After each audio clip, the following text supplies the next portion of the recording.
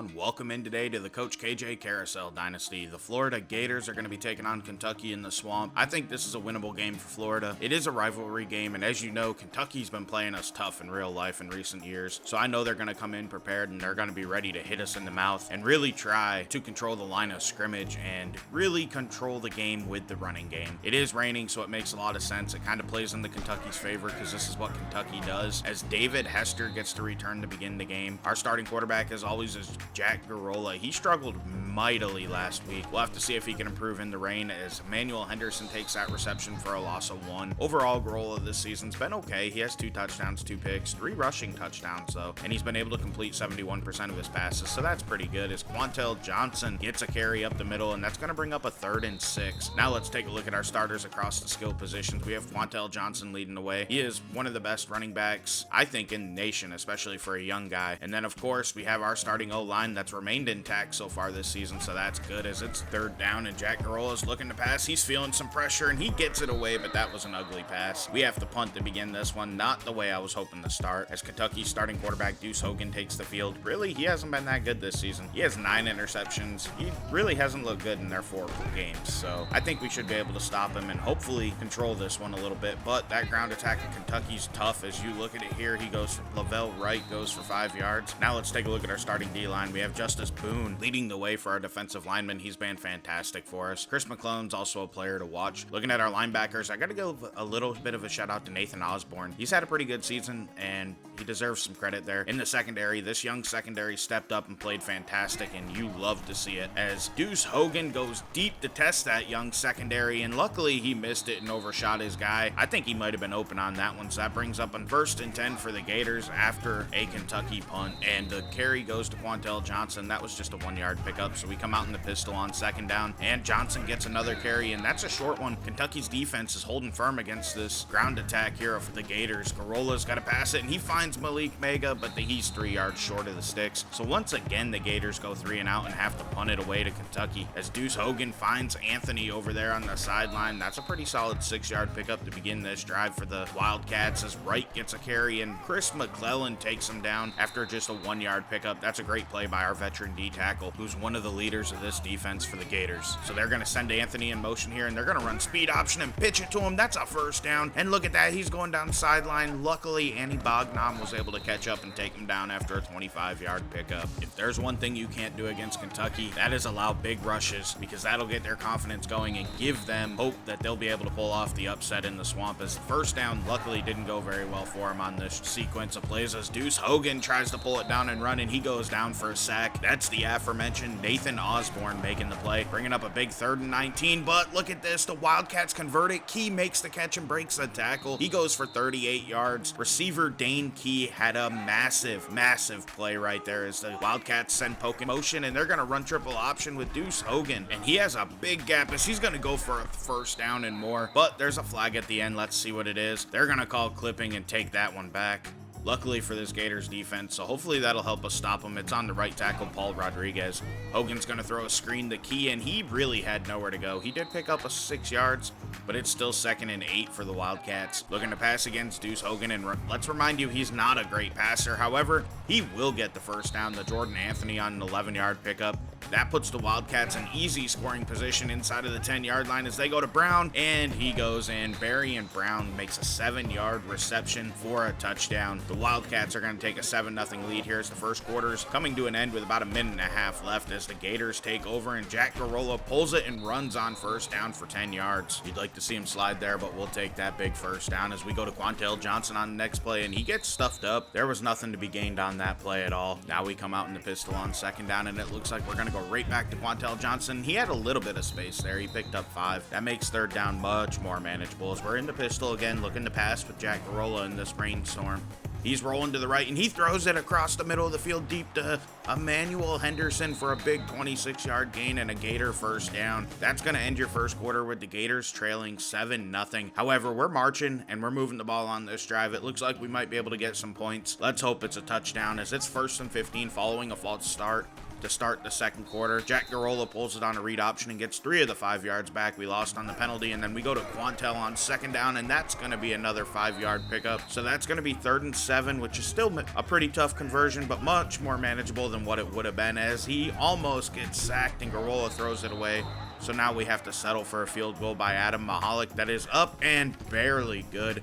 That snuck just inside the right side of the upright, making this score 7-3. The Wildcats come out in the Wildcat formation, and Lavelle Wright goes nowhere. He gets stuffed. He didn't gain anything, so they bring Hogan back to quarterback, as you'd expect, and he goes down trying to run a speed option for a 4-yard loss. This drive has not gone well for the Wildcats, as Hogan's got to throw it on 3rd down, and he takes a sack instead of throwing the screen. That's Justice Boone getting to him, making it a 4th and 23, so the Wildcats punt it to the Gators. We're going to start with fantastic field position, which is why I showed this punt. And look at David Hester. He's breaking to the left. He can't quite break this one for a touchdown, but that's a 20-yard return, and we're going to start at 25-yard line and go to Emmanuel Henderson on a quick screen, and he gets the first down with a big 11-yard reception. It looks like we're at about the 16-yard line, and we're going to go to Quantel Johnson. He's going to cut to the left, and that's a solid 5-yard pickup. So on second down, we're actually going to pass it here as they send a blitz at Jack Garola, who rolls to the right and finds tight end Kyle Hinder, who fights and gets in for a touchdown. Kyle Hinder fought for that one. He earned it. The Gators are going to take a lead in this one finally, 10-7, following that Kyle Hinder play. Lavelle Wright gets a carry to begin this Kentucky drive, and he ends up losing 4. He's stuffed in the backfield by Nathan Osborne. So Hogan runs play action and pulls it down and runs. He has a big gap. He cuts it back inside, thankfully, and he goes down after picking up 15. If he went outside, that might have went for 6. Deuce Hogan looking to pass here on 1st and 10, and they find Crowdis, who picks up 5, which is great for a first down play. As it's second down now, and Hogan's in the gun looking to pass here. He throws it just before getting hit, and that ends up going to Caddis, who gets taken down by Rashad Johnson, one of our young starting safeties. So they go to the ground game again on 1st down, and that's Lavelle Wright fighting ahead and picking up 9 yards. He got stonewalled at the end of that one. So Kentucky goes 5 wide. This is not the type of offense you expect, and it looked like Scooby Wright had a chance to pick it, but their receiver got just in front of that ball before he could. So they go to Lavelle Wright after motioning guy, and look at this carry. That's a big one for 18 yards. That's going to give the Wildcats a 1st and goal, and they hand it to Lavelle Wright, who gets hit by Osborne. That was not before he picks up 5 yards, though, so this 2nd and goal is from about the 2-yard line. Hogan pulls it, and there's nobody over there. He goes in for 6. Kentucky's going to take a 14-0 lead in this one. Late in the second quarter, they might actually have left a little bit too much time for the Gators, and maybe, just maybe, they'll be able to get a score before half. Jack Garola is going to roll to the right, and he's taking a shot to Emmanuel Henderson, and that is luckily not picked off. Honestly, that really wasn't a great decision. We don't need to pick up all them yards at once, and we go to the ground game shockingly to Quantel Johnson on 2nd down. He picks up 4, which will make 3rd down more manageable. So the Gators come out in 5 wide with Jack Garola throwing it across the middle. That's Dorba making the reception. That's a big 11-yard pickup and keeps this drive moving for the Gators as Garola tries to throw it quick, but he gets hit by a blitzing safety before he could.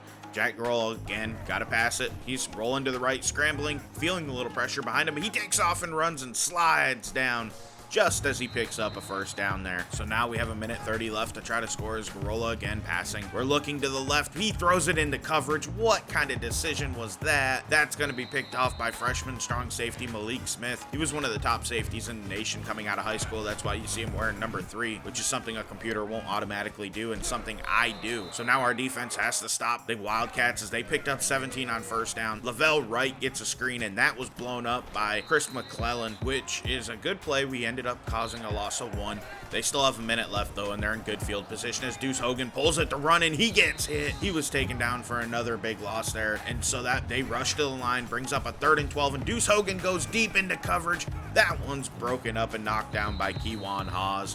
That's a 4th and 12. The Wildcats, though, fake it. They go for it with Cunningham, their punter, who ends up hitting Jalen Walton for the 17-yard pickup and a Wildcats 1st down. Now, what's crazy about this is they rush to the line instead of calling a timeout, so Cunningham remains at quarterback, and he ends up finding Alex Afari underneath for an 8-yard pickup.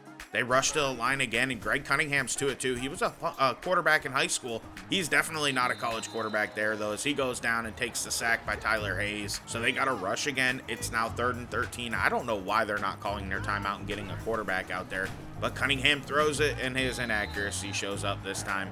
So they end up settling for the field goal attempt that is up and no good. Kentucky doesn't get any points before the half, so luckily that turnover doesn't end up costing us. But Kentucky really made a mistake by leaving their punter in the game, playing quarterback in a 2-minute drill. I don't know what they were thinking there. It's 14-10 though at halftime, and if you look at everything, Wildcats seem to be in a bit of control of this game. They have 178 total yards of offense to our 111. They've been passing the ball better. They've been running the ball better. We have a turnover. They don't have a turnover. They have more time of possession, so you got to give the Wildcats a lot of credit. They seem to be controlling this one. Now let's take a look at our recruiting news update here, as we have only one prospect this week. I believe it's Joshua Williams, and he is down to Florida State, and Georgia, and he committed to Florida, at least verbally. He's a kicker. Oh, we have another one. It's Marcel Moore. He's a 4-star halfback out of Alabama. He's down to Florida State, and Oklahoma State, and he verbally committed to Florida State, so we'll see if we can try to flip him. We're going to keep working on it, as Kentucky is going to open up the second half with the ball. That's luckily just a kneel down, and Deuce Hogan on first down tries to tuck and run, and he ends up losing 5 yards. He had nowhere to go. What a big sack there by Chris McClellan, as Deuce Hogan's going to run play action and throw it to Brown underneath, who breaks the tackle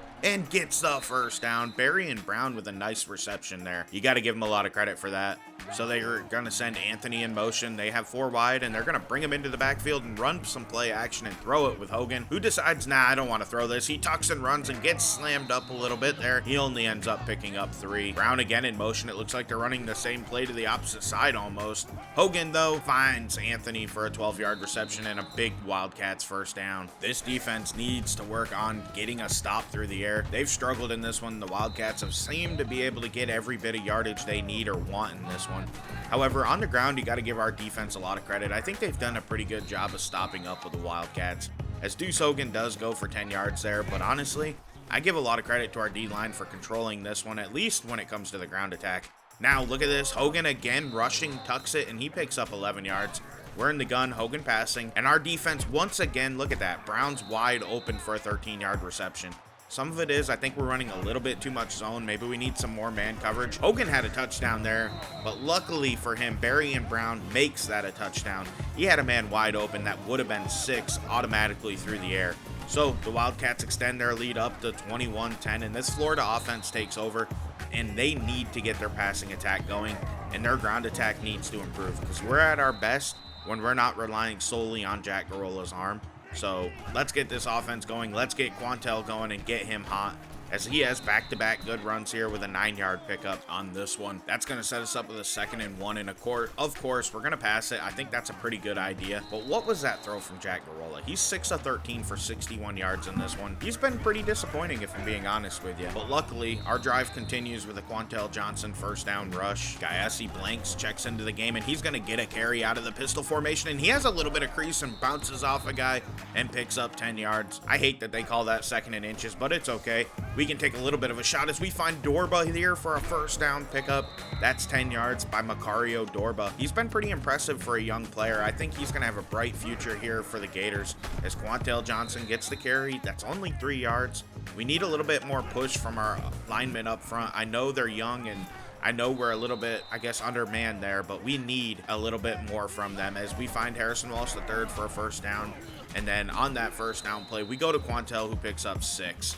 So Garola's moving around. He's going to the left, looking to pass, and he has a man wide open. That's Malik Mega, who's in for 6. You could argue if he actually got in before stepping out of bounds there, but we'll take it. That's going to make this one 21-17 with a big play by Jack Garola and Malik Mega. Wright gets another carry out of the Wildcat, and again, that doesn't really work. I don't know why they keep going back to it. I think we've done a good job stuffing it up, as Deuce Hogan's looking to pass here on 2nd down. He tucks and runs, and he will get away from Chris McClellan, but he gets caught from behind by Justice Boone and only picks up 4, bringing up a 3rd down that they run speed option. And look at that pitch is off the mark, and Brown misses it on his dive. Chris McClellan gets on top of that. The Gators are going to take over at about the 15-yard line. What a huge play. Quantel Johnson will get the carry, and he ends up picking up 4, but Chris McClellan with a huge play, and Deuce Hogan with a terrible pitch, which was a big mistake.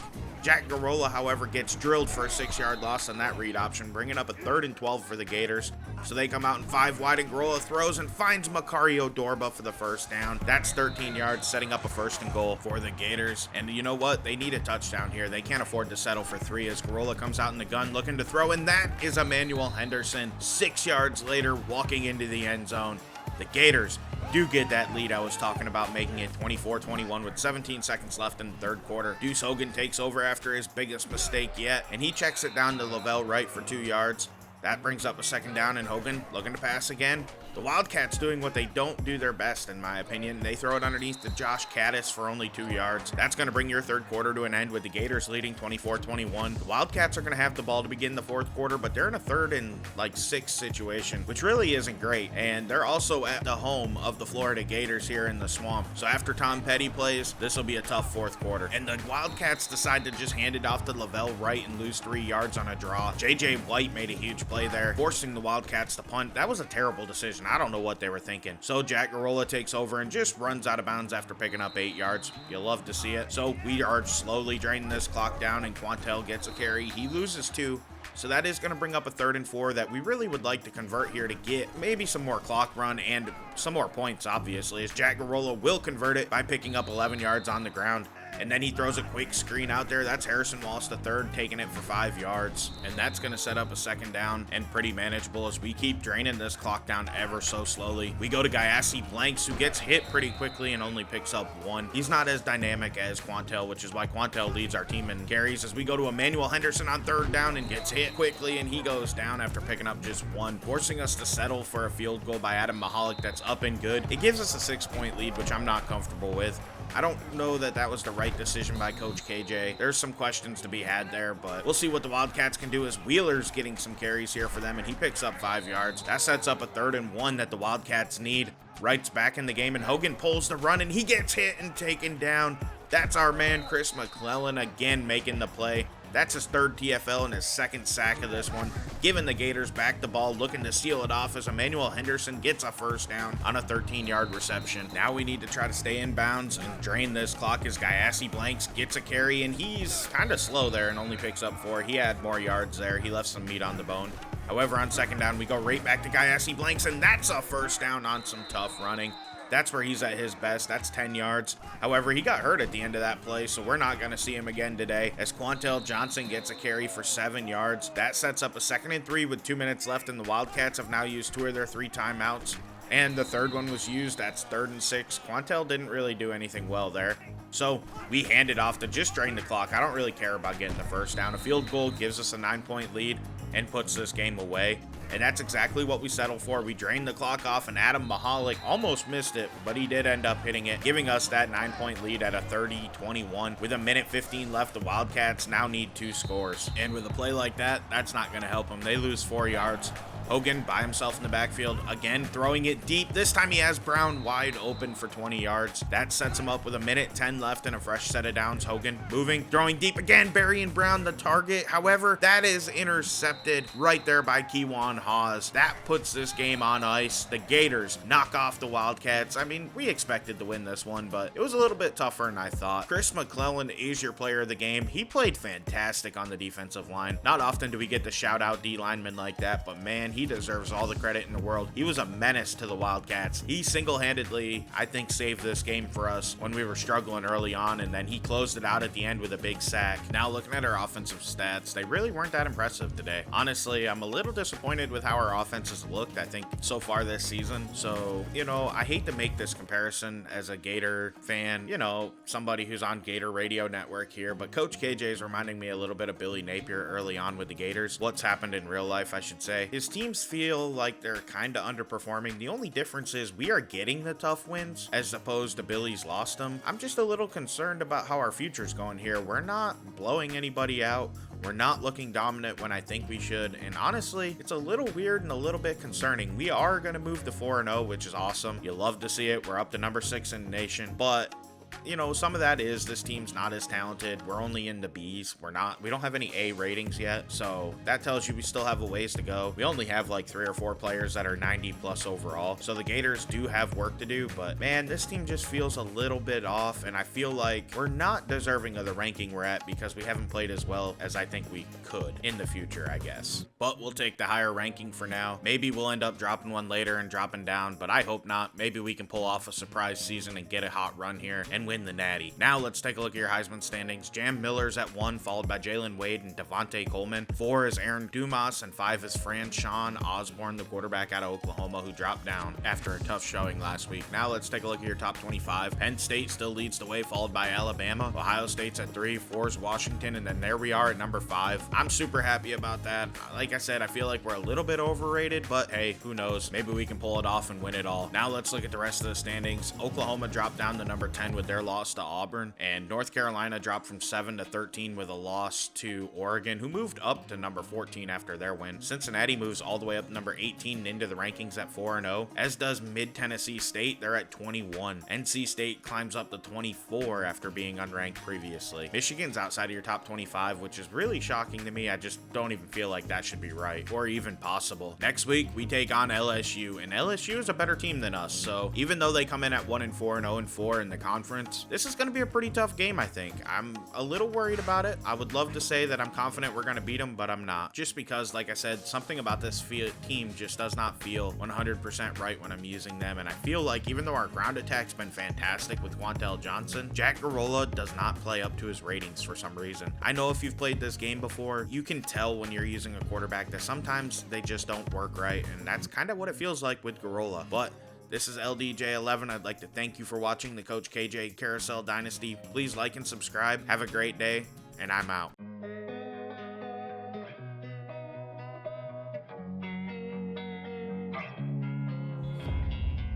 And sometimes you just gotta believe there's something that'll give you relief. There's something that'll have what you need, what you need. We're broken, it's tragic, we're not all elastic, but maybe there's magic, believe you could have it.